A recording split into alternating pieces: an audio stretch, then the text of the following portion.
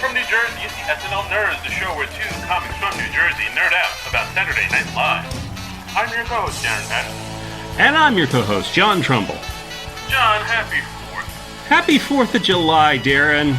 Yay, celebrating this broken down country of ours that has seen better days.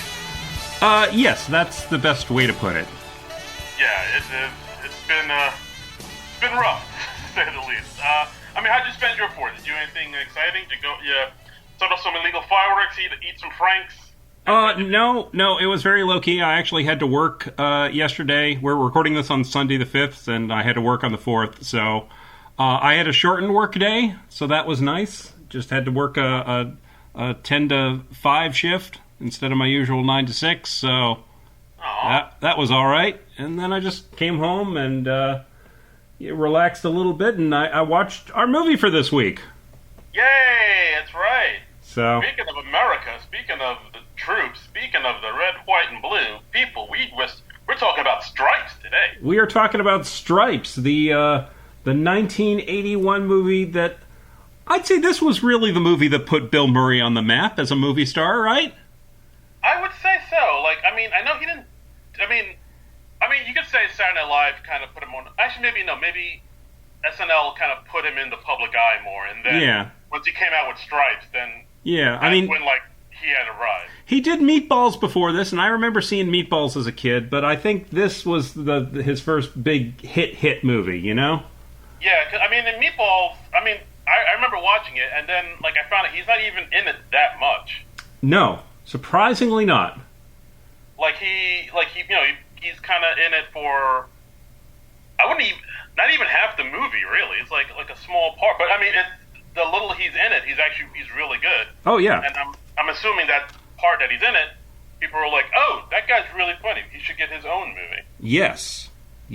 There should be a movie with him with a lovable bunch of misfits, only instead of a summer camp, maybe now it's an army camp. Army camp? Yeah. All right, yeah. Oh, well, I'm looking through Bill Murray's filmography now. I guess, you could say, Meatballs was pretty much like a precursor to Stripes. And, of course, his small stint in the movie Caddyshack, too, was... I think that's when people were like, oh, that guy's really funny. And then, there's a Cinderella story, yeah. That's right. Tale as old as time, my friend. Yeah.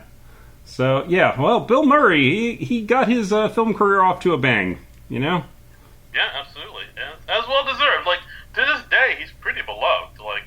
Everybody's like, hey, that's Bill Murray. He's aces in my book. He's got a future in this business. That's right. Who doesn't like Bill Murray? Come on. Horrible people, communists. Yes. As we'll talk about later in this movie, Czechoslovakians. Yes. Probably not. Yeah, he's probably not high on their list. But when did you first see this movie? Do you remember? Oh man. This came out on June 26th, 1981. So I was like a kid when this came out. Yeah. But I do remember watching it because I heard so much about it. Maybe college. Yeah. Maybe a few years after college, and I was like, wow, this is a primo 80s comedy if ever I saw one. It really is. It's almost like a quintessential 80s comedy. Like you, I was just a kid when this came out. I would have been if it came out in June of 81, I would have been 8. So, and it is a rated R movie, so I would not have been able to make it into the theater to see it on my own. Right. And I don't think my parents were rushing to take me out to see Stripes. Because most 80s comedies and late 70s comedies, it's a lot of madcap wackiness and of course gratuitous boobs. Yeah, that's something. I watched this with the commentary with Ivan Reitman, and he remarks on it. They recorded this commentary, and the movie was about 20 years old, so it was recorded around 2003. I think, and he remarks on that. He was like, yeah, that's a very late 70s, early 80s thing, the casual nudity. Early in the movie, Bill Murray goes home to his apartment, and his girlfriend walks out of the bedroom, and she's just topless for absolutely no reason. Yeah, she's in, her panties, she's getting dressed. Yeah. But, no top. She's like, oh, hey, how you doing?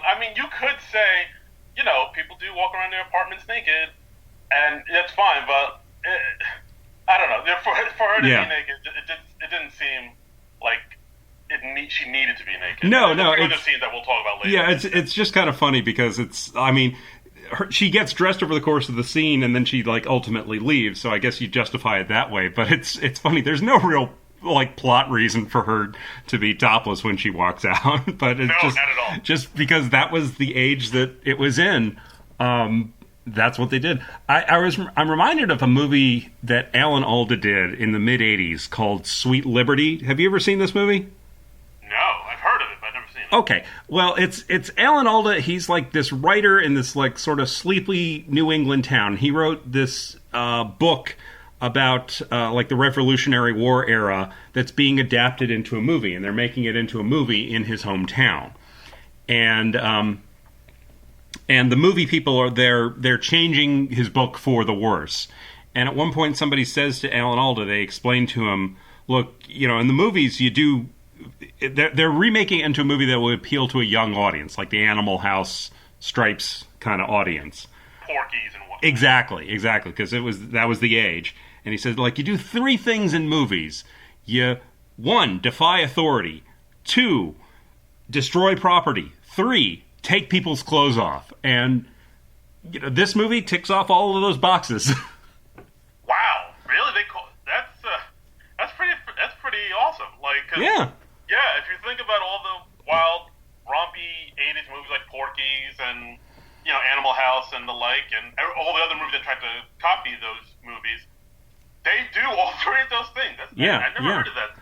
That's kind of it boiled down to a formula, and I think that's pretty cool. They recognized that trend while they were still kind of in that trend. Wow, good on them. I gotta check out that movie. It's a cute little movie. It's got Michael Caine and Michelle Pfeiffer and other people that I don't remember right now. But yeah, Sweet Liberty with Alan Alda. I believe he directed it too. All right, I will check that out. Mm-hmm.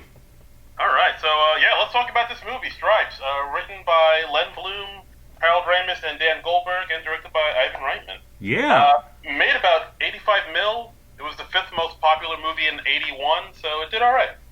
That's cool. Do you know what finished ahead of it? No. Okay. I looked that up. All right. I was just curious what movies beat Stripes. I can't remember what other. I thought this movie was 82 for the longest time, but when I looked it up this morning, nope, 1981. Okay. Well, there you go. You live and learn. Yep. I'm already educating myself. So we start out with our hero, John Winger, played by Mr. Bill Murray. He's a taxi driver, and we get a look at his life. It actually starts out with him watching an Army recruitment commercial. So we got the Army thing right there from the very beginning. Yeah, just right off the top. And also, so Bill Murray's character's name is John Winger, and if that sounds familiar to you, the last name Winger, that's because Dan Harmon took that last name Winger to name Joel McHale's character Jeff Winger in Community. Yeah, and my understanding is that he, for much of the series, there's a runner about Jeff Winger wanting to contact his estranged father, and Dan Harmon wanted Bill Murray to play Jeff Winger's dad. Oh, that would have been. That would have been phenomenal. Yeah, that would have been wonderful. But right around the time he left the series, that Dan Harmon was fired from the series, was when they'd kind of set everything up for him to meet the dad. So they ended up having James Brolin play his dad. Yeah, I remember seeing that. And, James Brolin, he's good. He does fit the, but you can't help but wonder, what would happen if it was Bill Murray. I feel like Murray would have been a little bit better. Yeah. Also, so I just looked it up. I'm looking up right now. The top 5 movies from 1981. Mm-hmm. Number 5 was Stripes. Okay. The ones that beat it out. Number 4, Arthur. Okay, Arthur. Yeah, that was a big hit movie. Number 3, Superman 2. Oh, okay. Yes, okay. Yeah, him fighting the Phantom Zone villains. Sure. Yeah, absolutely. Number 2, On Golden Pond. Okay. Yeah, great movie. Great movie. Yeah. And number 1, it should come as no surprise, Raiders of the Lost Ark. Ah, yes, of course. Yeah. Okay. Well, that's no shame in listening to any of those. Those are all well done movies. Yeah, but Stripes did beat out in the bottom 10. Stripes did beat out Cannonball Run, Chariots of Fire, For Your Eyes Only, The Four Seasons, and Time Bandit. Ooh, Terry Gilliam in the top 10. You don't run into that too often. Yeah, no, he made it number 10. I'm ashamed to say I've never seen Time Bandits, but like, what? Nothing but good. All right. Yeah. Okay, we are going to have to fix this. Ladies and gentlemen, you've heard. I guess we're done now. There's the final episode of SNL Nerds. Wow. Okay, Time Bandits. You got to fix that, buddy. All right, I will. It is an utterly charming movie. I saw that as a kid in 1981. That was a movie my parents took me to see, and it is just fun. It's got Michael Palin, John Cleese, Sean Connery, Katherine Hellman, and Ian Holm, yes, David Warner in it, and pretty much every little person who was working in Hollywood at the time. Kenny Baker's in it. David Rappaport, I think his name was. Okay. Yeah, a lot of recognizable little person actors. Oh wow, you're good, man. Oh, you're good. Yeah. Oh well, I own a copy of Time Bandits. Time Bandits is well worth seeing. Okay. All right. I gotta watch Time Bandits. I got my homework. You got Sweet Liberty and Time Bandits. Okay. This is your homework. Yes, sir. Sweet Liberty, Time Bandits. Okay. Yes. Okay. All right. So back to this movie. Sorry, we just. Yeah. Oh, these tangents. So Bill Murray, John Winger, he kind of plays like he's a cab driver. He's kind of aimless. He has no direction. Mm-hmm. In the beginning, we see him picking up two guys, and they kind of dash on him without paying him, and he's all bummed out. Yeah. Then he picks up this older woman, and of course, the woman says, "Oh, I'm late. Drop me off at the airport." Very rude to him. Mm-hmm. Tells him to put her luggage in the back seat, and don't scratch it. And of course, the first thing he does is scratches it. And I remember seeing at one point they're big heavy suitcases, mm-hmm. and he puts them in the trunk. But at one point because it's so heavy, the luggage kind of hits him in the nuts, and he goes, "Oh, my balls! Yep. Oh, my balls!" Yep. And from what I've heard, that was an accident. That was not planned. There is some genuine Bill Murray groin injury in this movie. He had them weigh the suitcases down so he could, act it more appropriately. And yeah, he accidentally hit himself in the crotch with one of the suitcases. Right. So the line, "Oh my balls," that comes from a true place. Yep. Okay. So then we cut to John's buddy Harold Ramis, who plays Russell Ziske, who's mm-hmm. teaching English as a second language class. Yes. And it kind of very much reminded me of the first episode of SNL, the first sketch. I would like to feed your fingertips to the Wolverines. A little bit. It had that. I mean, it wasn't exactly that, but it had that vibe to it. I can see that. Yeah, sure. Yeah. So he just has all these people from other countries looking at him, saying, "Anybody speak a little English?" Mm-hmm. And then one guy raises his hand and says, "Shit, motherfucker." Yeah. Shit, son of a bitch. And then the entire class repeats, "Shit, son of a bitch." Like, all right, this class is going to be okay. Yeah. And it's fun and then we cut back to Russell's class a little later at the end of the class, and he's taught them all the chorus from the song "Da-Do Run Run." Da-do run, run, run, da-do run, run. Right. And that is like literally all they've learned to say. That's really all you need to get by in this country. Just to know that you run, run, run. Yeah, exactly. You can go far in the United States just knowing the lyrics to "Do Run Run." Absolutely. Got me this far. Yep. Okay. So then we cut back to John Winger, the woman being very bossy to him and being very dismissive. We see John kind of really wants to be a photographer, so he kind of gives her guff back and pretends to take her picture while he swerves all over the road. And yeah. I didn't read that as him actually wanting to be a photographer. I read that as just him giving the woman grief, and he had a camera. Oh, really? I thought he wanted to be a photographer, because, in his apartment, or I guess it was his apartment, he did have a picture. There was, a picture up of his girlfriend. Oh, yeah. Okay. Yeah, I can see that. All right. So Yes, I don't know if I thought he really wanted to be a photographer, or I don't know. No, But okay, anyway, no, you're right. I stand corrected. It's just they never commented on it again throughout the movie, so I just didn't think that. I just thought, okay, but yeah, all right, that's good. yeah. So yeah, I was kind of confused by that too. But anyway, so he's kind of swerving around, scaring the woman in the back and just giving her a hard time. And of course, the woman gets very agitated and say, "Give me your name. I'm reporting you. You're just some low life bum. You'll never be anything." It's very demeaning. And of course, John very calmly says, "You know what? I don't think I have to take your abuse anymore." Yeah. So as they're driving across the bridge, he stops the car in the middle of the bridge. Yep. Traffic backs up immediately, tells him to move the cab. He gets out calmly, just walks across the bridge, throws the keys of the car over the bridge, and just walks away. Yep. That's how you quit a job, man. That is ballsy. And we cut back to a little later. John's heading home. He's got his girlfriend's dress from the dry cleaner. He's got a pizza. He's heading home after a rough day, and then he sees somebody driving off in his car, and he's like, "Wait, that's my car!" And his car is getting repossessed because he's behind on the payments. And of course, while he's trying to stop it, the car runs over the dress, and he drops the pizza.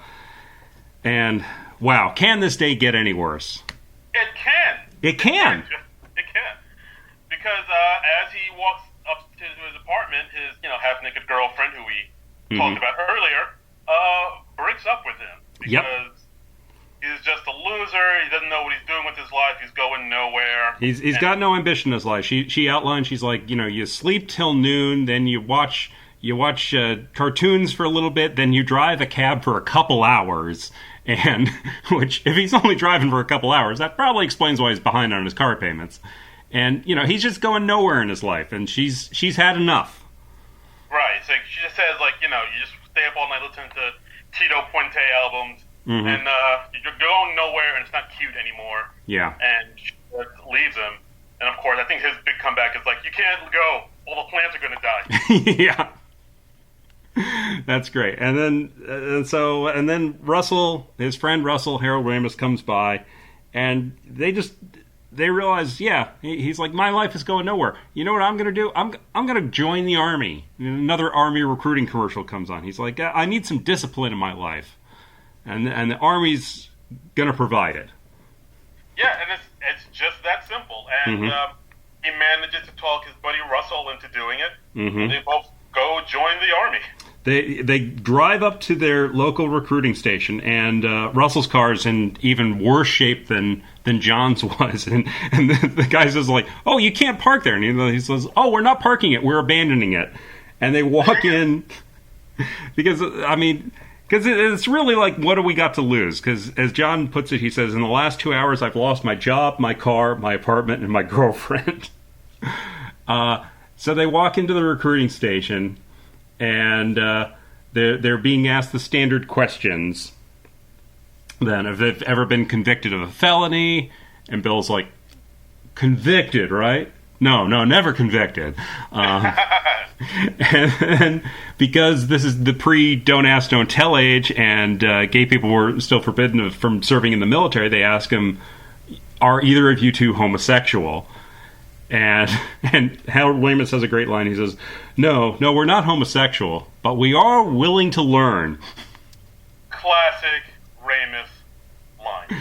And, for years I'd remembered that as a Bill Murray line. I guess just because it's such a funny line, I was just automatically assigning it to Bill Murray in my head. But no, pure Harold Ramis. Yeah, it's a great line. I love it. Yeah. And I think it's worth noting the recruiter, played by a William Lucking, who's a great character actor. You've seen him in a million things, and that'll be important a little later on. I'm going to come back to that a little later on. Right. We're going to put a pin in that. We're going to put a pin in that. I'm mentioning it now because it's important later. Okay? That's industry jargon. We're going to put a pin in it. We're going to put a pin in that. And just like that, they're in the Army. They're in. They are in the Army. They go to get on the bus to go to Fort Arnold, where they're going to receive their Army training. Right, and of course they're there with the other recruits. We see a young Judge Reinhold there who's, Mm-hmm. Holding drugs, apparently. Yeah. He's a young stoner, and he's and Harold Ramis fucks with him a little bit. He's like, "Oh, I hear they strip search you before you have to get on the bus," and he's like, "No, really? Oh." Oh man. We briefly meet John Candy, playing kind of the. In this scene, he's playing kind of the typical sarcastic John Candy type character. Yeah, the way he came in, the way he was the way his hair is long and the way he was dressed, he kind of looked just like he did in Blues Brothers a little bit. Yeah. I was like, did he just come just straight from the set?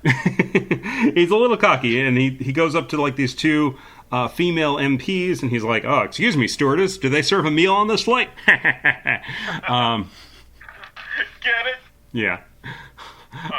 And the two MPs, by the way, they also prove to be important later. They are played by two young actresses, P.J. Souls and Sean Young. Yeah, the Sean Young from Blade Runner fame. Yes, and this was also her first movie, I believe. Really? Mm-hmm. Oh. Yeah. Ivan Reitman said in the commentary that she'd done a student film before this. So. Wow. All right. Yeah. But she was hired she went into the casting agency, and the casting agent was just like, "Oh yeah, you come back." She didn't even read. She was just basically called back on her looks, and then Ivan Reitman thought that her sweetness would play well against Harold Ramis, because they become love interests throughout the course of the movie. So they were just like, "Hey, you're pretty. We'll see you on Monday." It was the 80s. You could do that. That was all you needed to be in a anarchic 1980s comedy. You had to be a woman who could stand upright and look good and maybe deliver a line, and I guess be willing to get naked at the drop of a hat. Showbiz. Yeah, showbiz. So all the recruits. Anyway, all the recruits get on the bus. They go to Fort Arnold, and they meet up with their Sergeant Hulka, played by Warren Oates. Yes, who's Warren Oates. Yeah, great character actor. He was in the Wild Bunch of a bunch of westerns, all sorts of things. He passed away just a year after this movie's release. Oh damn! Yeah. I know that. Oh, R.I.P. Yeah, I didn't mean to bring the room down, but dude, whoa, way to bum us out. Yeah. Well, I mean, we could start cataloging all the people in this movie who are now dead, but that would really depress us. So let's not do that. Oh yeah, let's But okay, yeah. But we get to camp, and we also meet not only Sergeant Hulka, their drill instructor, but we meet Captain Stillman, who is the new commander of the unit, and he is played by John Larroquette, a pre-Night Court John Larroquette. Yeah, I know. Head full of jet black hair, before it went all salt and pepper. Yeah. But he's still just a wonderful comedic actor, no matter what age he is. That's right. Yeah, no, I mean, John Larroquette's he's the best. I mean, my God, Dan Fielding in Night Court is one of the most underrated, characters in sitcom history. I'll say it right here, right now. Yeah. Night Court probably doesn't get the love that it deserves. It really does. I mean, it might be because it's kind of hard to find on DVD, and I don't know if it's really streaming anywhere. I don't think so. Yeah, it's been kind of forgotten in the streaming age. Yeah, but guys, do yourself a favor. Watch Night Court. That shit is legit. Yeah, when you get done with Sweet Liberty and Time Bandits, watch yourself some Night Court. Right, I'm writing that down right now. Yeah. Night Court. But so the new recruits, they get into camp, and we very quickly establish the relationship that we're going to see between John Winger and Sergeant Hulka. John Winger, because he's played by Bill Murray, he's a sarcastic bastard, and this does not go over well in this man's army. No, it does not. So Sergeant Hulka just very quickly pegs this guy. He's like, "Oh, well, this guy's going to be a troublemaker, so this is the guy I'm going to make an example of to the rest of the unit." Yeah, I mean, this is kind of basically the character that Bill Murray plays a lot of. Just the guy, the mischievous dude who kind of plays by his own rules and just really hates authority and kind of, thumbs his nose at it. Yeah. And he can. Yeah. So, I mean, and we follow the recruits into the camp. We see everyone getting their head shaved. which is kind of funny because we're seeing they had actual Army barbers there, and they're actually shaving their heads into the regulation crew cut. And since it's 1981, most of the actors had kind of a shaggy look, but Bill Murray and Harold Ramis, because they're the stars of the movie, they just get like short haircuts. They don't get a full crew cut. I did notice that. Like, I noticed like some of them when they came out were like shorter than others. So I was like, hey, what? Like John Candy's character Ox, his was just like a full-on like buzz cut, like Curly from the Three Stooges. But exactly. Then, yeah. He gets the full Curly Howard. Exactly. But then like you see Winger and Russell, and there's like it's shorter, but it's like styled a little bit nicer, and it's like interesting. Yeah, even Judge Reinhold doesn't have like a full crew cut, and it's like, well, how did Judge Reinhold have enough pull then to not get his hair cut all the way down? But whatever, it's a movie. It's a movie. It is the least of the inaccuracies about the military in the movie Stripes. But we'll get there. But oddly enough, the movie was shot with the cooperation of the Department of Defense. The U.S. Army aided with the making of this movie, which I find stunning. Really? Yeah. I mean, they read the script, right? I'm assuming, yes, but this was shot on an actual military base. This was shot at like Fort Knox in Kentucky. And so it's like actually the military, like when they first arrive in the camp, you see they're driving Sherman tanks around the camp for who knows what reason. I mean, because I'm sure that happens on military camps all the time. They just drive the tanks around every once in a while. Yeah, maybe somebody signed out all the Jeeps already. It's like, all right, fine. Yeah, but it's just, because it looks cool to have all these bits of business going around. And then, everyone's marching all at once, and it's very much a convention for the movie, but it looks cool, so, what the hell. Yeah, Army. So everyone's issued all their uniforms, and then they start learning how to march. Sergeant Holka takes them outside, and he's like, left, right, and then they start. Then Bill Murray and Harold Ramis, they start singing to the beat "Doo-Wah Diddy." Yeah, it's a very doo-wop heavy movie. Yeah, because it's those are the songs they grew up on. It's just, and then before long, the entire platoon is just singing "Doo-Wah Diddy," and Sergeant Holka, who the rest of the movie paints as a hard ass, for some reason he just lets this go on. Yeah, I was wondering that too. It's like, how come he's not telling them to shut up? Maybe he really likes this song. I guess so, yeah. Sergeant Holka's a secret doo-wop fan. I think that's the only explanation. The Army loves the oldies. Yeah. Then we have a scene with Sergeant Holka kind of having a session with the boys. Everybody's getting to know each other. Everybody's telling their story about why they went into the Army. I don't know if this is a thing that actually happens in the military, but yeah, I was like, does this happen? Everybody's like, hey, let's do a little getting to know you session. Yeah, let's have a little coffee clatch here in the barracks. Let's. Like, what are you all about, man? What are your dreams? What are your fears? What are your thoughts? What are your dreams? Any of you trying to make it with a cow? I want to hear about it. Oh my god!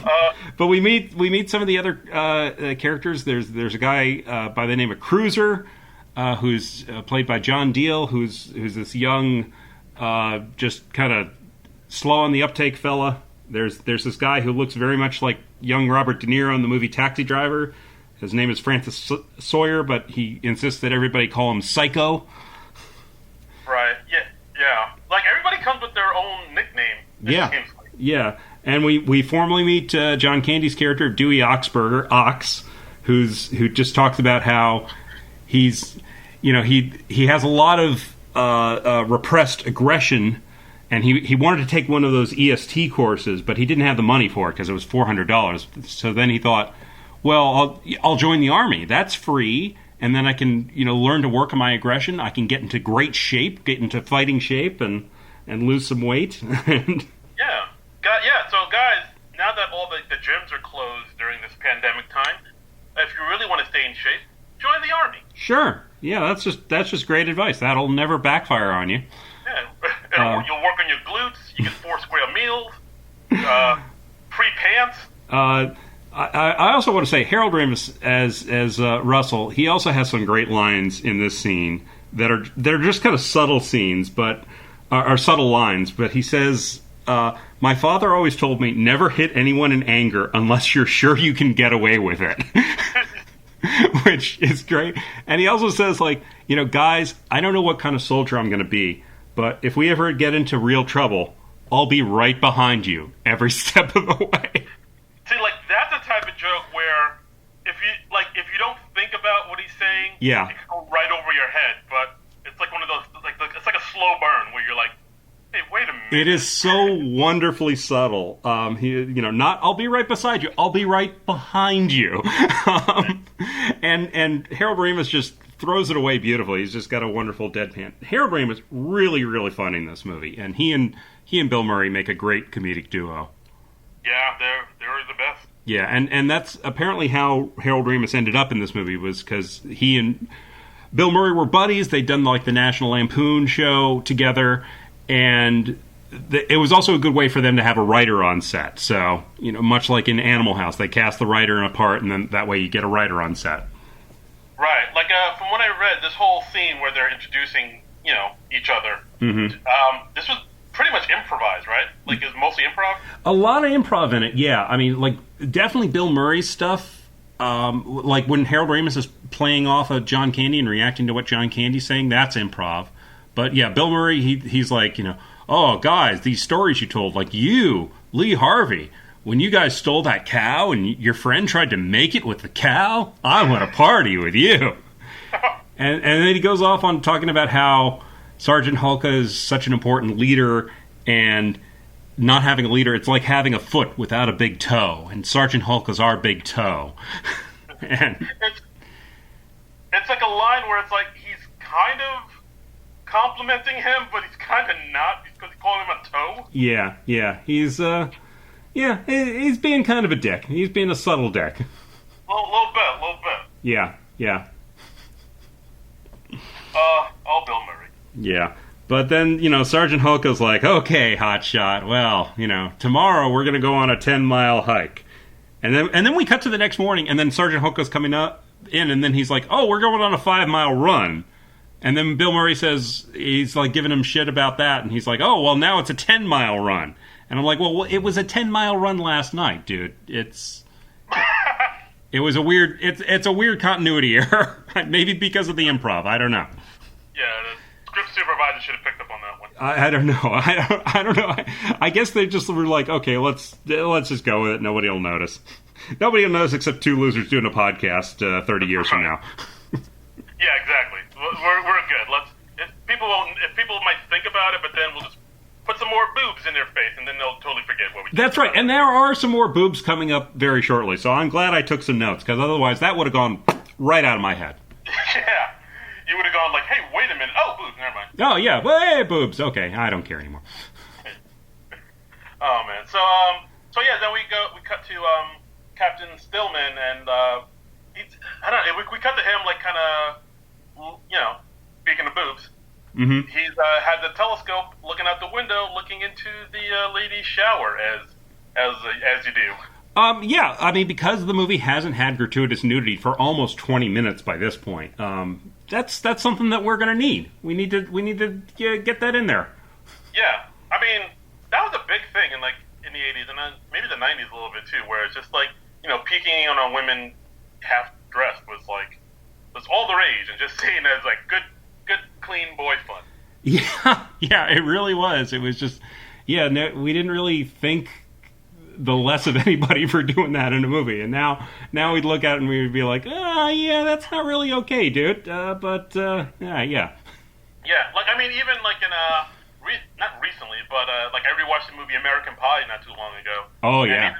That scene where like they're, where the Ford Exchange students, like, getting undressed, and like, the cameras on it, the computer, and like they broadcast that over to everybody without her knowledge.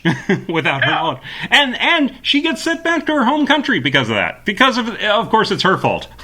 Yeah, exactly. Like, I remember watching that in the theater, thinking, "Oh, that's hilarious," but now I look at it now, I'm like, "Oh, that's not." Yeah. Cool. Yeah.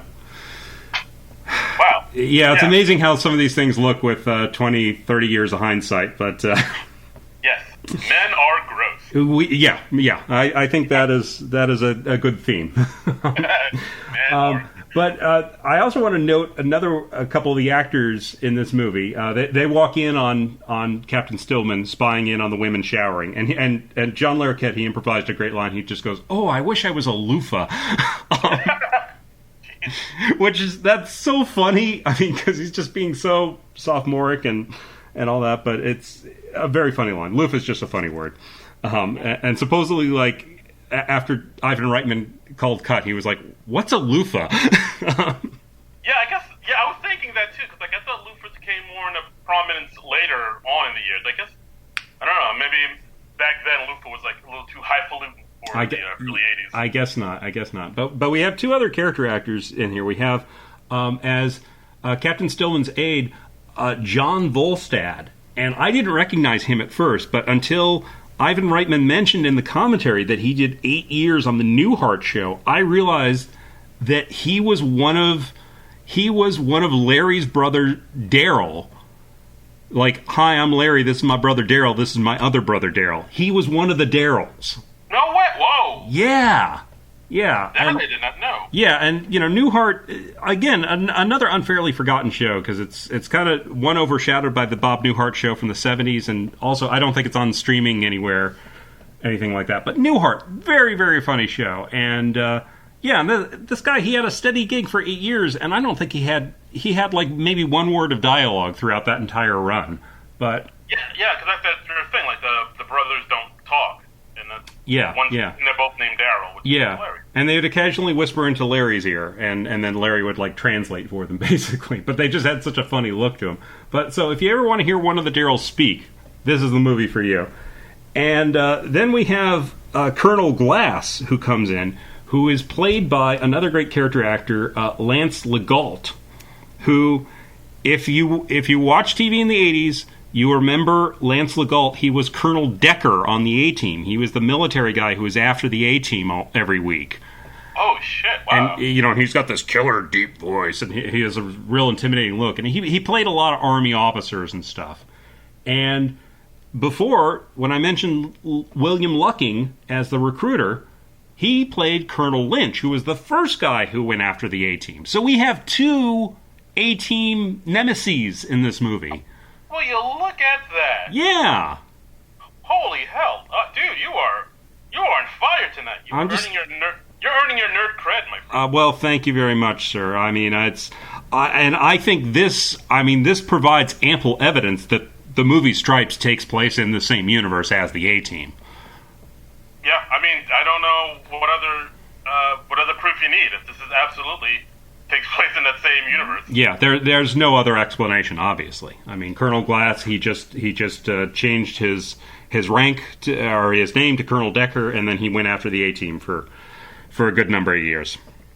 Fair enough. All we gotta do now is tie in Knight Rider, and then we'll be all set. Yeah. Okay. Well, we'll find some good movie with William Daniels in it. We'll make that happen. Done. Okay. Done and done.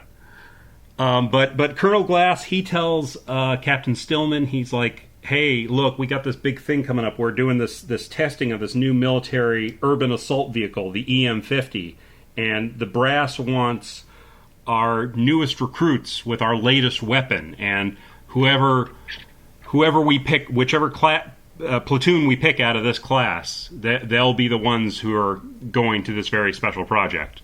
So.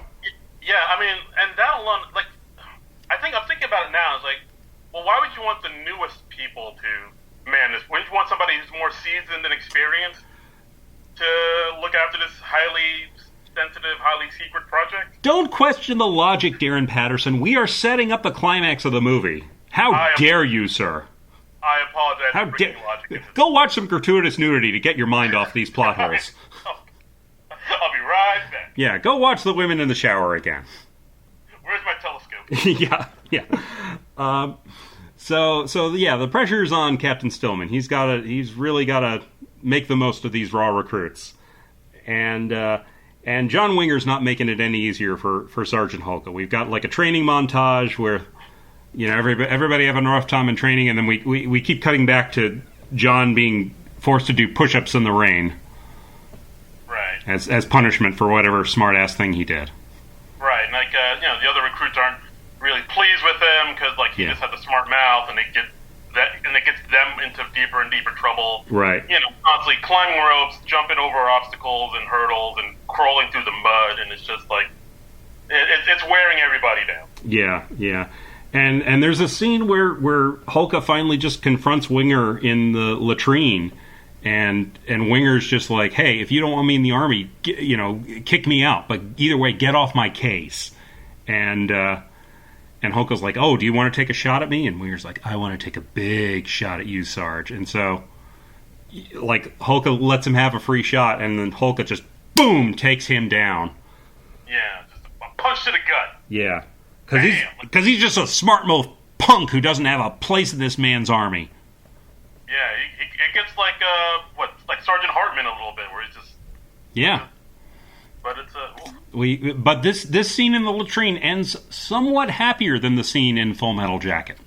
Oh yeah, this is a better latrine scene than the other latrine scene. Yeah. Winger, thankfully, he's a little more rational than Private Pile. Yes, Full Metal Jacket. Hi, Joker. Oh God, dude, that creeped me out.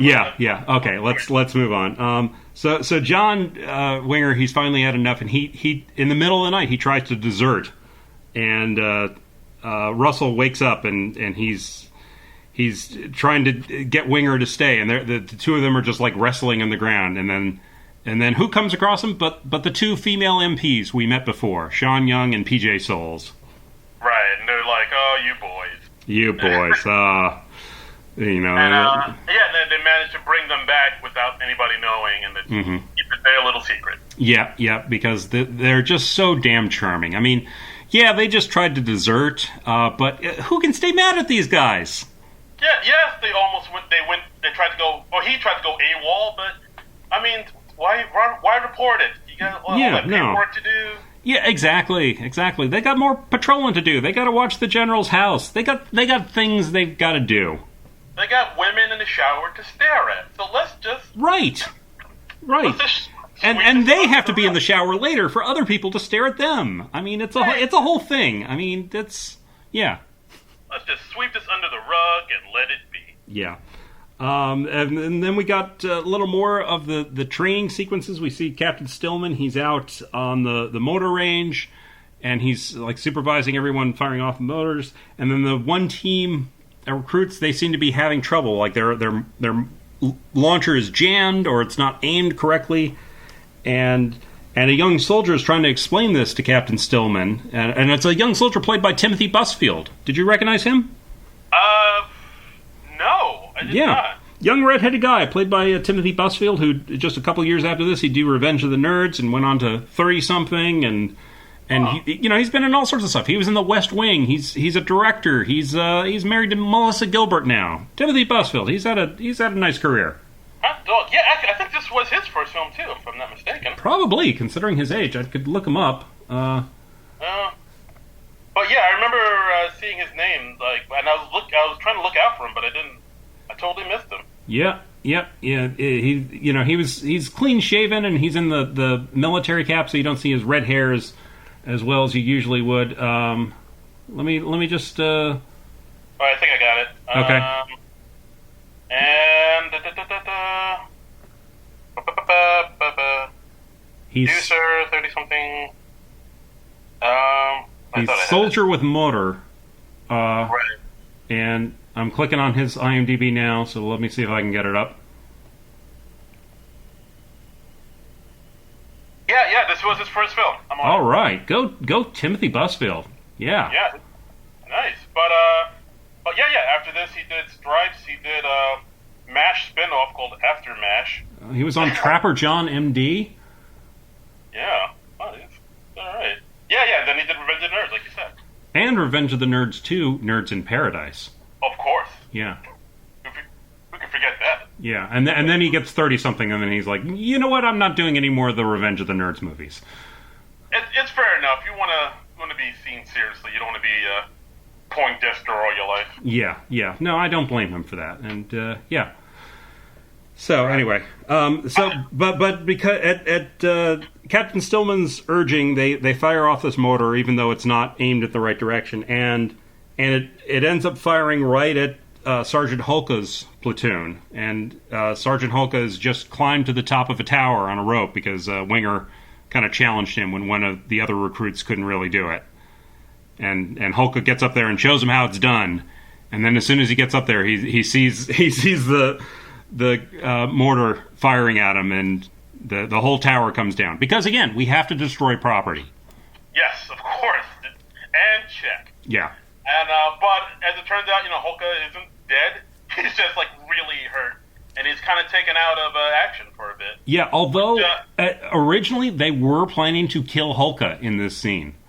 Really? Yeah. Originally, it was Sergeant Holka was going to die in this scene, and Sergeant Holka comes back later in the movie. They were just going to bring in his identical twin brother and be like, "This is Bob Holka," but they decided against that. They thought that would, I guess, be a little too far fetched. So they just decided to have Sergeant Holka recover.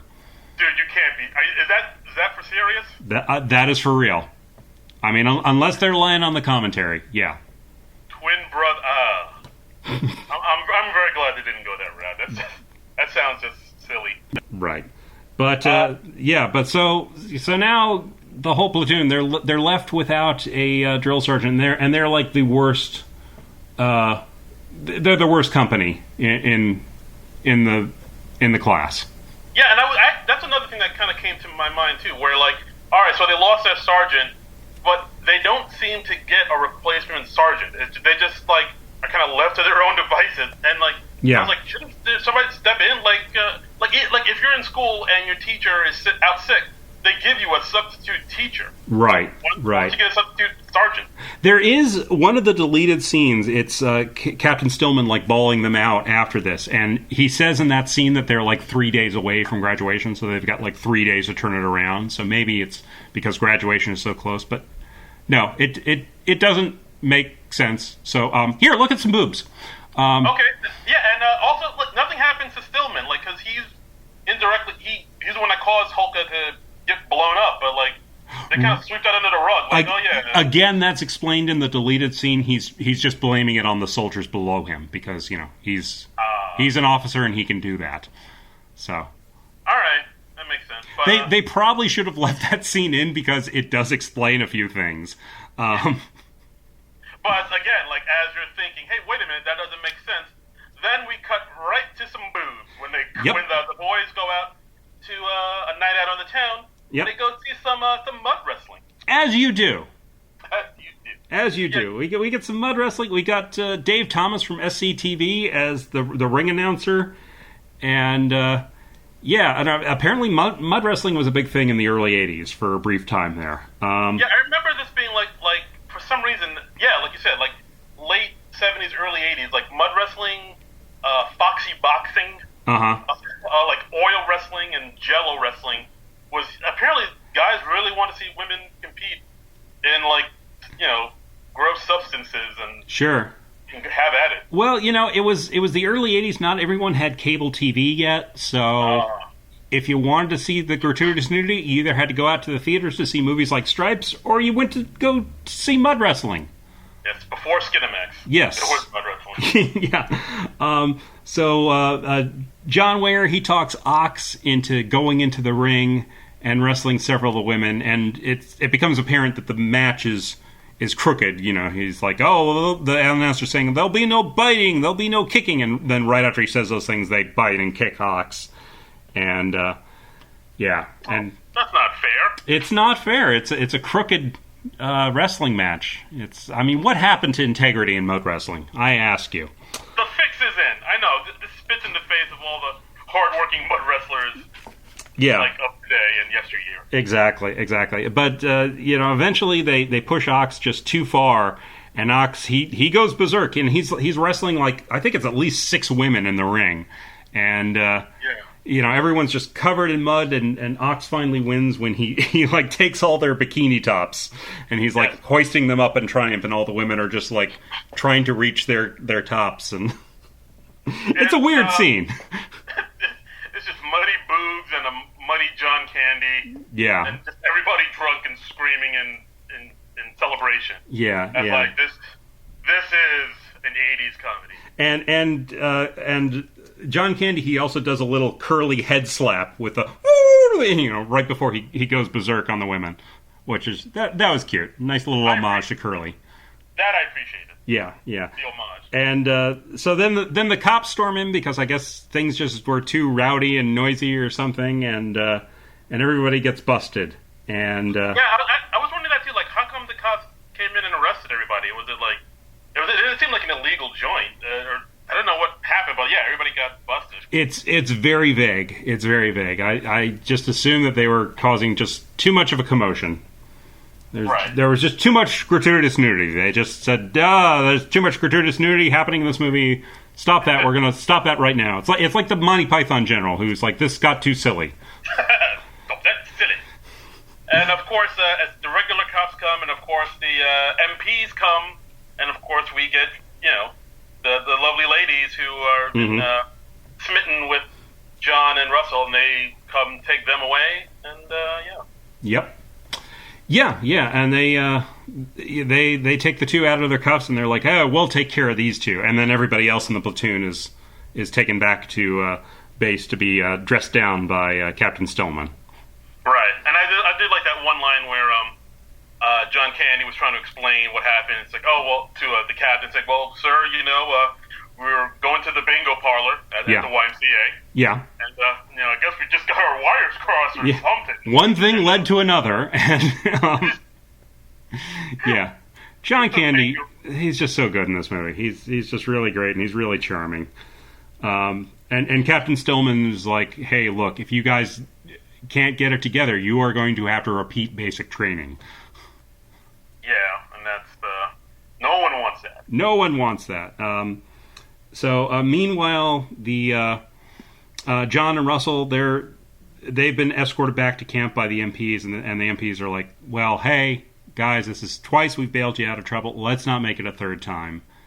And then John and Russell are both like, well, hey, what are you doing now? And they're like, well, we have to watch the general's house. The general's out of town. We got to check in on his house, make sure everything's all right. And then John immediately rushes into the general's house because he's like, General Barnaky, that guy owes me money. They just got out of trouble, and John just runs right into more trouble. Yeah. Yep. Just head first. Yeah, and so it ends up the John and Russell, they have a nice romantic night with the two MPs, and John gives his love interest Stella the Aunt Jemima treatment. Oof. That doesn't. I mean, yeah, it doesn't mean what you think it means. It's like, No, that name sounds very different, considering the last couple months we've had. Nothing racial about it. It is just it's just Bill Murray improvising in a kitchen with all sorts of kitchen utensils. Right, exactly. It's not. Anyway, yeah, it's not that.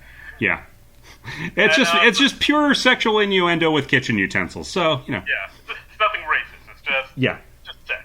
Yeah. So the guys score with the chicks, and then they make their way back to the barracks, and then they find out what happened. Like, captain said, we gotta get it in order, or else we're gonna repeat basic training. And then there was this one point where one of the black recruits said to them, you white guys will probably get 5 years, but me and my brother here, we're probably gonna get hung. Yeah. I was like, God damn. It's they get really racial at around the midpoint of this movie. I was like,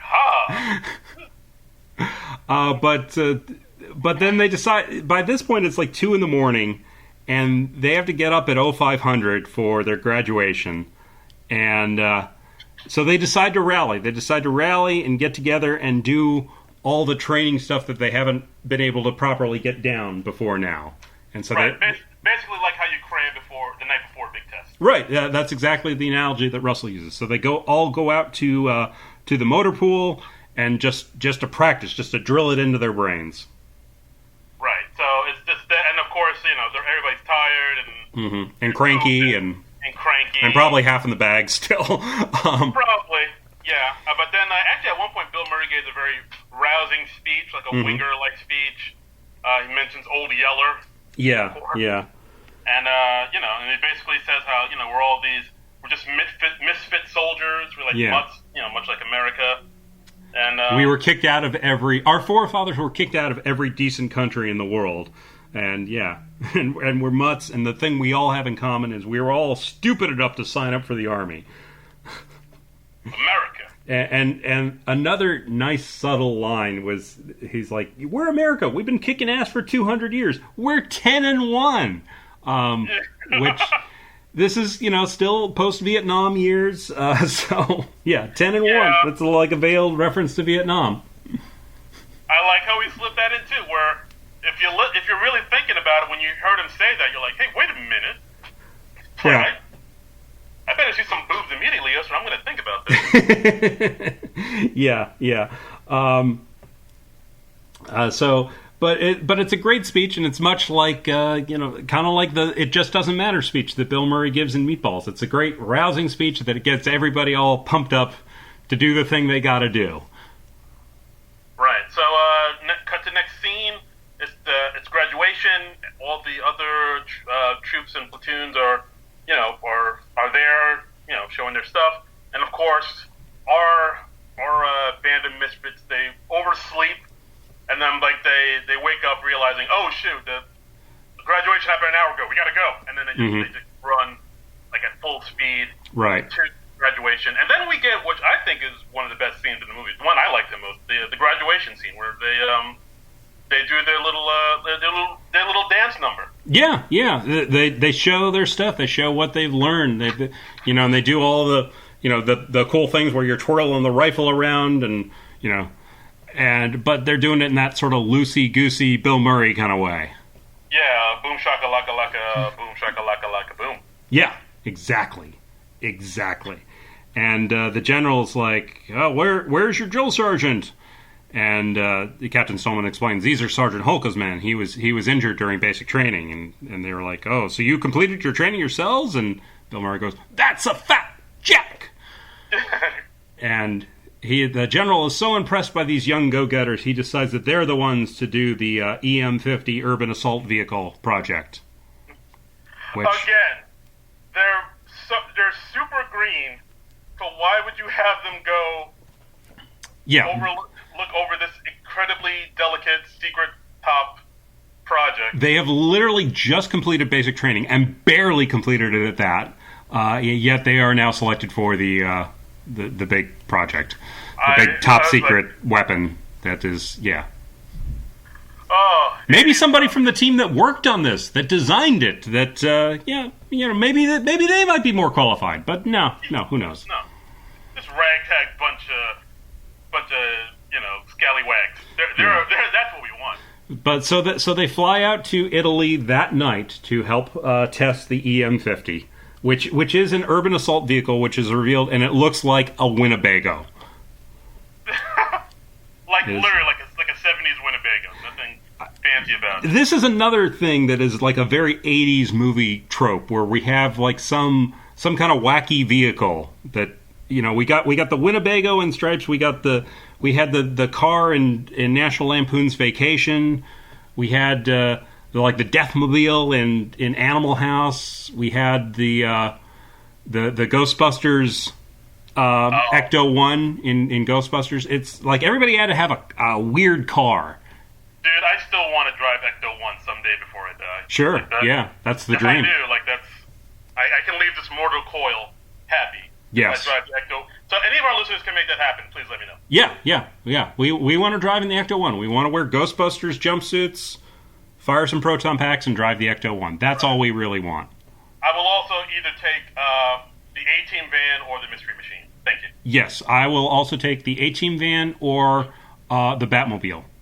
I knew you were going to say that. Yeah. Either the 1960s Batmobile or the 1989 Tim Burton Batmobile, or Anton Furst Batmobile. Either one. I'm not picky. The choice is yours. Just don't come at me with any of that Joel Schumacher Batmobile shit. Oh, you can get the hell right out of here with that. Yeah, you can fuck the right off with that. Yeah, wow. Rest in peace, Joel Schumacher. Yeah, all right. I was about to say he just died. No disrespect, Joel Schumacher, but your Batmobiles were crap. Okay. So they're in Italy. They're in Italy, in the EM50. They're watching after the EM50. And John and Russell, they decide to take the EM50 over to Germany to go see their girlfriends, because their MP girlfriends are in Germany for some reason. Right. And also, we should mention, at this point, Holka returns. Oh, yes. Yeah, he's Sergeant at the Holka. infirmary or whatever, but he's like, yeah, I don't know how you guys pulled this off, but just letting you guys know now, I'm back in town, so, watch your ass. Yeah. Sergeant Holka comes back, not his twin brother, which is apparently what they were originally planning, which is weird. I don't know. I'm simultaneously glad and not glad that they went that way. Really? I mean, well, what's the pros of having a? I don't know. It just could have been a fun, absurd comedy moment. I don't know. Yeah, I guess so. I guess you're right. But they decided not to go that route, and Holka comes back, and of course, he tells John Winger, "Look, I don't know how you pulled off getting here, with your crazy antics and your this ragtag crew of ne'er-do-wells, but Holka's back, baby, and so watch your ass, fella." Yeah. And so John and Russell, they are assigned the task of guarding the EM50 urban assault vehicle over the weekend, and they decide to take it on a joyride, basically, because their girlfriends are in Germany. I don't think they ever really explain why the MPs are in Germany. They're just there. They're just there because it's convenient for the plot, I guess. Yeah. So they decided to take the EM50 out, and there's a funny scene where John Larroquette, he's his character of Captain Stillman, he's bringing a woman back to the secret bunker where the urban assault vehicle is being kept. He's trying to impress her, and the vehicle's totally gone. And Captain Stillman says, like, where did it go? What happened to it? And the guard says, "Where the fuck is my truck?" Yeah, and the guard just says, "Oh, they took it out to get it washed, sir." That was fun. Like, I was wondering how they would sneak it out, and then apparently just like, "Oh yeah, we're gonna go to the car wash with this EM50." Yeah. And again, I'm flabbergasted this movie was made with the Army's cooperation, because it paints almost everyone in the Army as just an incompetent boob. It really, it's very like Sergeant Bilko. Like, I'm really surprised that they let him do this, like you said. Yeah. So they go out, like John and Russell, they take the girls out to this villa somewhere in Germany, I guess? Is that where they are? Yeah, they were in Germany, and they picked up the girls and met them at some hotel, and had sexy time. Yeah. And so Stillman, of course, reports the vehicle. Well, he doesn't want to report the vehicle stolen, but he tells the unit that the vehicle's stolen, and they have to get it back themselves just to keep it quiet. And they say that John and Russell were actually Russian spies. Yeah, that's another thing they said. I can't believe they're Russian spies, man. Yeah. So Stillman gets the troop and Holka, and they all go try to meet up with John and Russell, try to capture them and bring back the EM50. Right, but they unfortunately get captured in Czechoslovakia, because I guess Stillman doesn't really read the map properly. Right, and Holka tries to stop him. He says, "No, I think we're going the wrong way." And Stillman, of course, saying, "Hey, shut up! I know what I'm doing. I'm the captain. Don't get in my way." And then Holka gets so fed up and frustrated with him, he actually just leaves. He hops out the truck and lets the truck go on. Yeah, and he abandons his troops. Holka, he just basically goes F this noise, and he goes rogue, which is it's kind of funny to see Holka get so fed up that he does the rebellious thing. A little of John Winger's rubbed off on him. Yeah, I know. Yeah, see that? He plays by his own rules. Yeah. And, so basically what happens is the troop and Stillman, they bust through the border between Czechoslovakia and Italy. Yeah. And at the checkpoint, we see there's two guards there, and one of them is Joe Flaherty. We get like a little Joe Flaherty cameo. Yeah, another SCTV alum. There's an amusing story that Ivan Reitman told on the commentary. He talked about they decided that Joe Flaherty was right for this part, and so they told their people, "Oh yeah, cast Joe Flaherty, get Joe Flaherty out here," and they flew him out to I think it was Kentucky where they were shooting this, and then on the day of this. Or the day before, they discovered that they had cast the wrong Joe Flaherty. There was another actor who was Joseph X. Flaherty. And, and they cast him. So then they had to find the Joe Flaherty they meant to get and fly him out there the next day. and they let the other Joe Flaherty have another part in the movie, but... there you go. See? Yeah. It all works out. So guys, if you want to get cast in a movie... Name yourself after an already existing actor. Yeah, that's a totally valid way to go about it. Right. So Sergeant Hulka, he radios for help, and they pick up his distress signal and in the urban assault vehicle, and then John and Russell and the girls, they decide, well, we've got to go in and rescue them because nobody else is going to come for them. Right, and it's pretty much their fault that they're out there in the first place. Yes. So they decide to go out, and by this point, Russell has studied the manual extensively because there was nothing else to do when they were on guard duty, and so he knows how to use the vehicle very well. Right. So I think like the first thing they do is like they go up to the same guard post that captured the troop, and I think like they do a little subterfuge and trick the guards into getting close to the EM-50, and then. Like, John pulls a gun on one of the guards and be like, "Hey, my name is John Winger. I'm taking you hostage on behalf of the United States Army." Right, and he steals Joe Flaherty's uniform, and he uses that at the next checkpoint to like get in and get on the people's good side. Yeah, and of course Russell freaks out. He's like, "Dude, isn't this an act of war? It's like super illegal." Yeah, again, it's kind of like the end of Top Gun. You end it with a big actor war that would probably, in reality, get us into a nuclear conflagration. But, hey, funny things and things go boom. Right, don't think about it. Just remember the boobs you saw. Yes. And unfortunately, they don't throw any gratuitous boobs into the end of the movie to keep our minds off of these things. But they have lots of explosions, so it's a Michael Bay principle at work. Yeah, there's basically at this point we see like some rocket launchers come out of the EM-50, a flamethrower, and they're just like in the wrecking shop. They bust out their platoon. They make like a big, splashy exit. Hulka jumps on top of the EM-50. Yeah.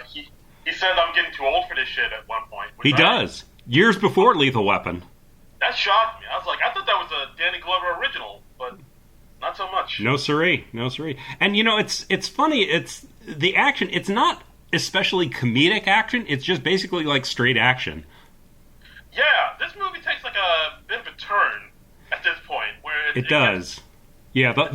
The whole third act of this movie, it's almost like another movie got grafted on to the training camp comedy at the end. It's like they ran the wrong reel or something.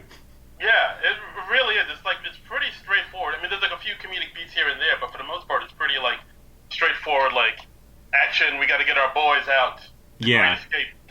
And we were talking about that before, about how that's sort of like the 80s movie formula, where you do like this big action set piece at the end where you blow things up.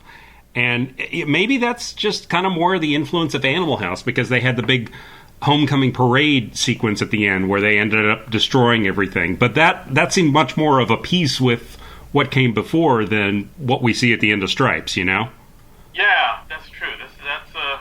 I didn't think about that. Yeah, well, Animal House really changed the game. It really did. I mean, it was a pretty seminal film, Yeah. All right. Yeah, absolutely. So so the boys get out. They bust out everybody, and then we're at the end, and they come back heroes. Yeah. Which is weird because I thought this whole thing was supposed to be under wraps, and no one was the army wasn't supposed to know about it. No one's supposed to know about it. But the next scene, they're basically there's they're on a the airplane, and they're greeted by, the press and all these fans saying, like, as heroes. Darren, I'm just going to email you a picture of some boobs right now, so you don't think about this too much. Thank you. Because we're very close to the end of the movie, and we can't start picking things even more apart now. But I'm just saying, it was like, I thought no one was supposed to know about this operation. How did everybody know about this operation? I didn't think of that. What really struck me was we've got all the main characters. We've got John and Russell and the two girls and Hulka, and they're all on a plane together. But the honor guard, like, they're waiting for them, are like people that they just rescued. So it's like, okay, well, was everyone else debriefed separately or something like that? Why are they not all arriving on the same plane?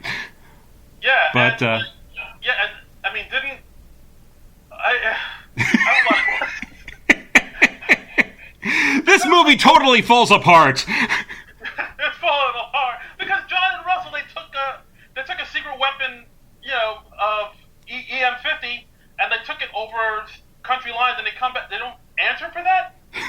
Like, no, they all get the service ribbon on. They don't get in any trouble at all. No. I mean, because they rescued everyone and they got away with the vehicle, and so I guess at the very least, it's all a wash. But they had to rescue them because they took the vehicle off. Shh! Look at the boobs. Look at the boobs. Okay. But they do a cute bit where, as everyone's coming out of the plane, we see all the magazine covers that they end up on. And so Hulka comes out, and then we see like that spinning newspaper, trope that they have, and it says Hulka retires. He starts a franchise of Hulka burgers. Yes. And then PJ Souls' character, Stella, she comes out of the plane, and then we have a spinning magazine, and then we see she's on the cover of Penthouse, and it's like Our Fighting Women. Which is, that's kind of funny. And unfortunately, like, the next one or two that follow aren't quite as funny or aren't quite as surprising as that one, so. Yeah. I mean, well, we see Ox ends up being on the cover of Tiger Beat. Yeah, that's very cute. Yeah, that's Win a Dream Date with Ox. And Russell ends up on the cover of, like, Guns and Ammo or some magazine like that, and it's like, Zinsky rates the Russians. They're pussies! and it's got, like, this macho-looking cover of him on the machine gun, like, holding... doing suppression fire so that the guys can get back on the vehicle. Yeah, he's like full Rambo. Yeah. And then John Winger comes out and he's like, a surprise party for me? Oh, you shouldn't have. And we see him on the cover of News Time. And it's basically like his shot from the poster, his publicity poster. And it's just like, the new army, can man survive?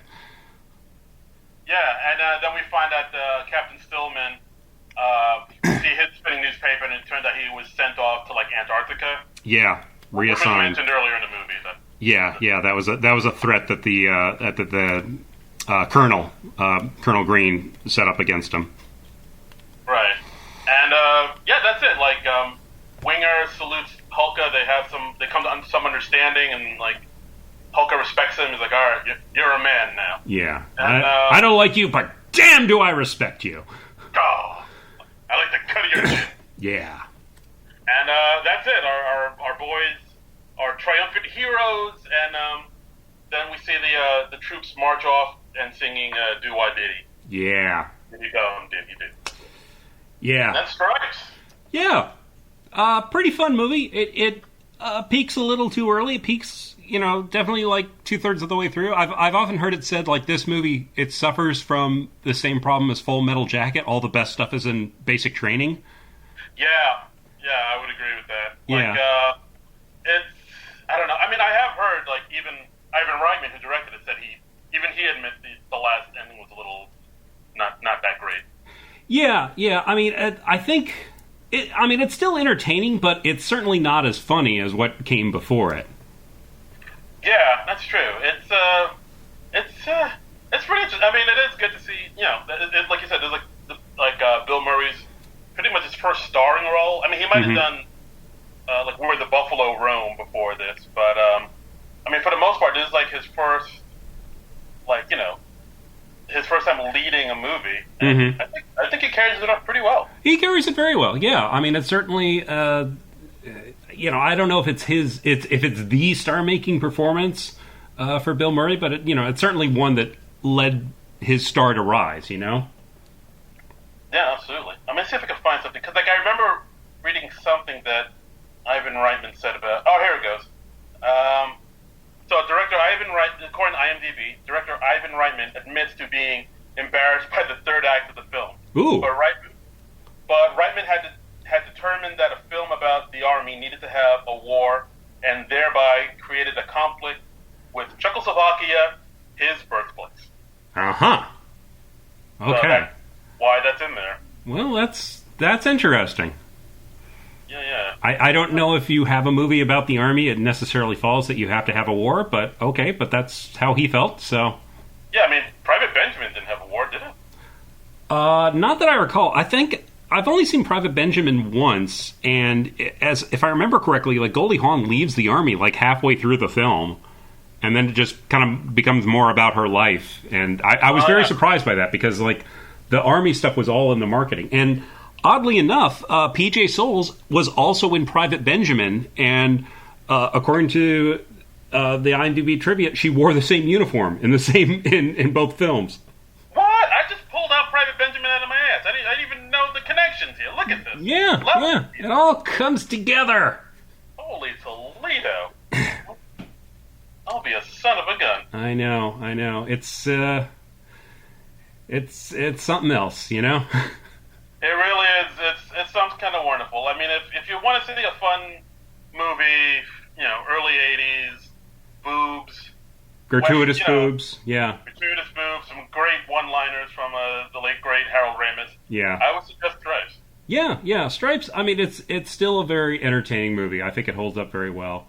I actually got I have this movie on DVD, and I actually have what's called the extended cut, and it's got a lot of deleted scenes on it, and it actually integrated the deleted scenes back into the movie. You can watch either the original theatrical cut or the extended cut. Okay. And there's a sequence that one of our Twitter followers asked us to talk about for this. Where Steve Harold?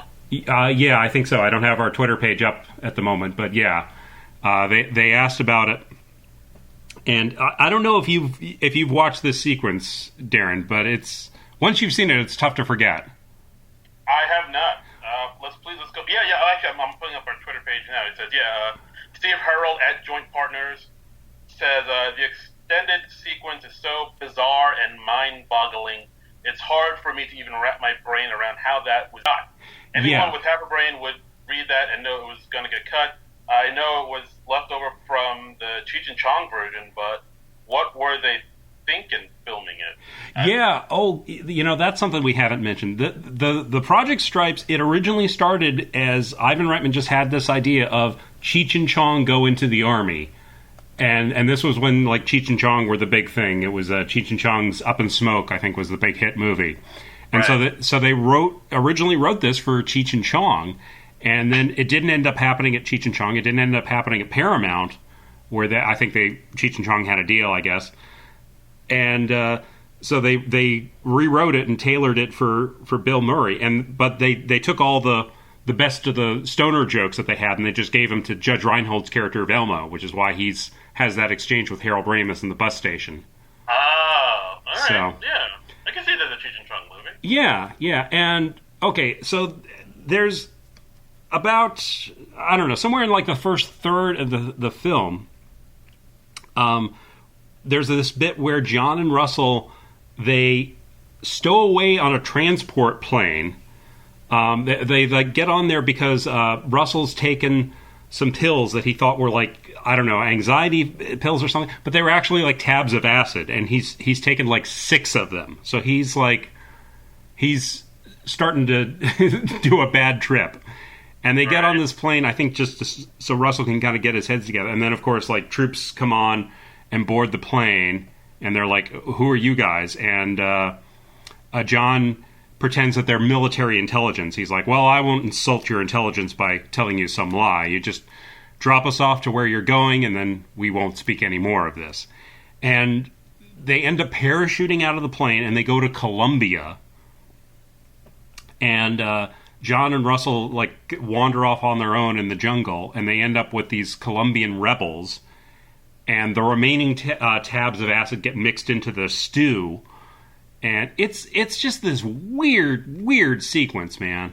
What the fuck? Yeah, it's really odd, and like my feeling on deleted scenes, it's usually like they're neat to see, but you watch them, you can usually go like, oh yeah, I see why that was cut out, because they're usually not really essential. They don't really relate to the main story, and this really doesn't. It's just this weird digression where they literally go off to another country, and it's a long thing. It's like a 9-minute sequence.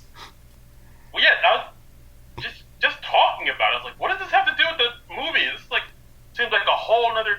I mean, we go off on tangents, but that seems like a tangent. Yeah, and it's extra unbelievable because it's relatively early in the film. It's when they're still in basic training, and you're just like, really? They escape to another country and they get away with it? And like they literally come back to the transport plane and they're like, hey, can we hitch a ride back with you guys? And it's like, what? And again, suffer no consequences. It's really weird.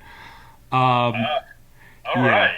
Wow. I mean, there's some other cutscenes that are, again, they're fine. There was like that scene in Stillman's office. I think logically, probably that should have been left in the film because it did explain a couple things, but I guess it wasn't real essential. And we do see some of the guys' little sex weekend at the German villa with the girls. Yeah, and there's like we see Harold Ramis and Sean Young in a bathtub together, and we see Bill Murray and PJ Souls having sexy times in the bedroom. And the interesting thing about that is like a little snippet of that ended up in the movie when the shot where they're in the general's house and Bill Murray and PJ Souls come out of the trunk at the foot of the bed after they've both had sex. That was originally from the Germany sequence. Oh. Yeah, and but they just decided to take that out and put that back in. So in the extended cut, we see them having apparently they have sex in the exact same way in two different locations that are decorated exactly the same. As you do. Yeah, as you do. But it explains why like suddenly they're in a different change of clothes or something. They didn't just raid the general's wardrobe. They were on vacation originally in that sequence. Okay. But it really shows you like how pliable a film can be in the editing process, I mean, that's something they took out of a whole different sequence and they just put it in earlier in the film, and just because it was a quick funny moment, it worked perfectly well. Hey, how about that? Yeah. Movie magic. So yeah, that's something to see. But yeah, that's Stripes. That's Stripes, everybody. That's Stripes. Right. You want to go see a movie about the military, and they're making the funny. Check out Stripes. Yeah. Check it out there. Check it glass. Check it out. It's better than Private Benjamin. The movies. You got boats and you got tanks. What do you need? Eh? Yeah, you got boobs, you got tanks, you got things blowing up. You got Harold Ramis making dry one-liners. You got Bill Murray improving up a storm. It's entertaining. It's a delight. Yeah, it's for the kids. You got mud wrestling and Dave Thomas in there. Come on. Yeah. So. Oh boy. What a tangent. All right. Well, I think we've officially reached the point of diminishing returns. Indeed. So. That's where we started. Yeah, that's right. We're just digging ourselves deeper now. So that's it for Stripes. That was our 4th of July extravaganza that you're hearing on July 6th at the earliest. But hey, patriotism doesn't bow to the calendar. So why should we? Exactly. We're close to the 4th of July, and isn't that enough? America. Isn't it? we're close enough. Yeah. That's enough. I mean, we're not less patriotic than we were 2 days ago, are we? Actually, maybe we are. Maybe I haven't gone on Twitter to see what Trump said today, so maybe we are. No, don't do that. Yeah. But anyway, what are we going to do next week, Darren? What are we going to do next week, John? What are we going to do next week? I asked you. Oh, okay. Well, we're going to watch a little movie from the 90s called Tommy Boy. Tommy Boy. That's right. Starring Mr. David Spade and Mr. Chris Farley. Mr. Chris Farley. And I have not seen Tommy Boy before. Have you seen Tommy Boy? Years ago. You've never seen it? I have never seen Tommy Boy.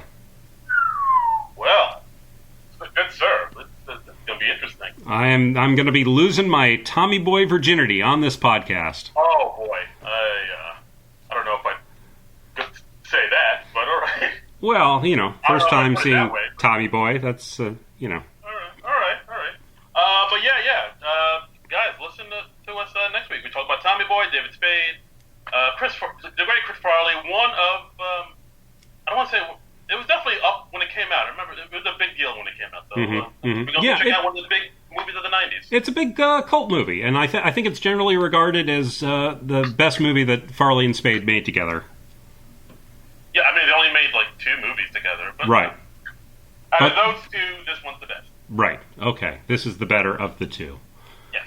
So, it has Brian Dennehy, too, right? Yes, the late, great Brian Dennehy. Okay, well, hey, that's all I need. All I need is a little Brian Dennehy. You want to entertain me? Just throw a little Brian Dennehy my way. Brian Dennehy is all you Brian Dennehy need. Exactly. Uh-oh. So, yeah, please join us for Brian Dennehy and Tommy Boy next week. Absolutely. And if you want to follow the podcast, as always, you can follow us on Twitter at SNL Nerd Show. You can follow me on Twitter and Instagram at Darren Credible. That's DARIN Credible. And you can follow me on Twitter at Trumbull Comic. That's TRUMBULL and the word comic. And as always, please follow us on at Non-Productive.com or and hit us up on the Patreon. Give us some dose. Yeah, we're working on doing a little more content that is exclusive for our Patreon people. So please, toss us a few shekels that way. Yeah, so be in on that and get to hang out with the cool kids. Exactly. Yeah, because sometimes we go off script and we'll talk about things that are not related to this show, and sometimes those things are entertaining in their own right. And our super producer Frank Hablawi, hi Frank, will grab those bits and be like, "This is gold right here. This is gold. This is some bonus content right here.